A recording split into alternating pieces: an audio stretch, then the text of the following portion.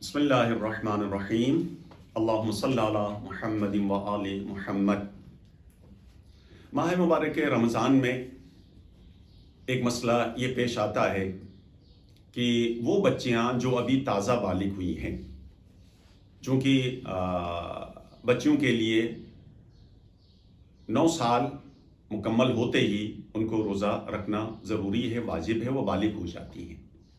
तो अब ये बच्चियाँ जिस्मानी तौर पर कमज़ोर होती हैं, नातवा होती हैं, रोज़ा उनके लिए बर्दाश्त नहीं होता है और रोज़ा जब रखती हैं तो वो शदीद मुशक्क़त में पड़ती हैं। तो यहाँ क्या किया जाए?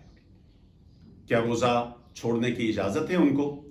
तो ये मसला थोड़ा सा हसास, इसको तवज्जो से सुनें। ये बच्चियाँ बालिग होने के बाद सिर्फ कमज़ोरी, नातवानी, गर्मी, भूख और प्यास की शिद्दत की वजह से रोज़ा नहीं छोड़ सकती हैं, इसलिए कि जानबूझ के रोज़ा तोड़ने पर कफ़ारा देना वाजिब है। और वो कफ़ारा भी बड़ा सख्त है कि एक रोज़े का कफ़ारा एक गुलाम आज़ाद करना है, या 60 दिन रोज़ा रखना है, या 60 मिस्किन को खाना खिलाना है। ये कफ़ारा सबके लिए है। तो ये जो बच्चियाँ अभी ताज़ा बालिग हुई हैं और जिस्मानी लिहाज से कमज़ोर हैं और रोज़ा उनके लिए बर्दाश्त नहीं हो रहा है, तो उनके लिए हुक्म ये है कि वो रोज़ा रखें।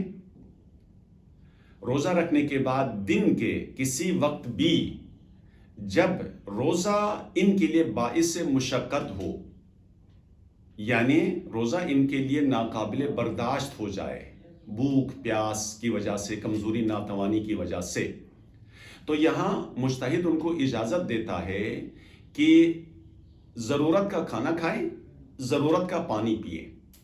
मैं लफ्ज़ ज़रूरत इस्तेमाल कर रहा हूँ। जितना उनके लिए ज़रूरत है उतना पानी पी लें, जितनी ज़रूरत का खाना है वो इतना खाना खा लें, और उसके बाद बाकी दिन वो फाक़े की हालत में रहें। तो क्या होगा?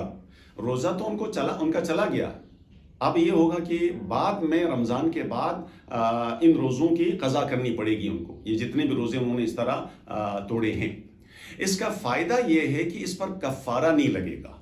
जो बाद में कफ़ारा देना था, ये कफ़ारा उनको देना नहीं पड़ेगा, सिर्फ रोज़े की क़ज़ा करनी होगी। ये मसला आयतुल्लाह सिस्तानी का भी है और यही मसला रहबर मुअज़्ज़म का भी है। लिहाजा ये अभी ताज़ा बालिग होने वाली बच्चियों का मसला था। यही मसला उन अफराद के लिए भी है जो बड़ी उम्र के हैं मगर कमज़ोर हैं।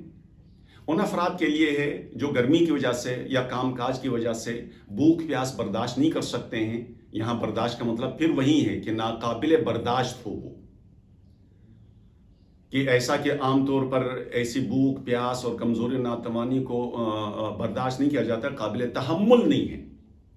अगर इस हालत पर पहुँच जाए तो चाहे वो काम करने वाले लोग हों, चाहे स्कूल कॉलेज जाने वाले बच्चे, लड़के लड़कियां और नौजवान हों, या आम अफराद हों, इन सब के लिए यही मसला है कि वो रोज़ा रखेंगे।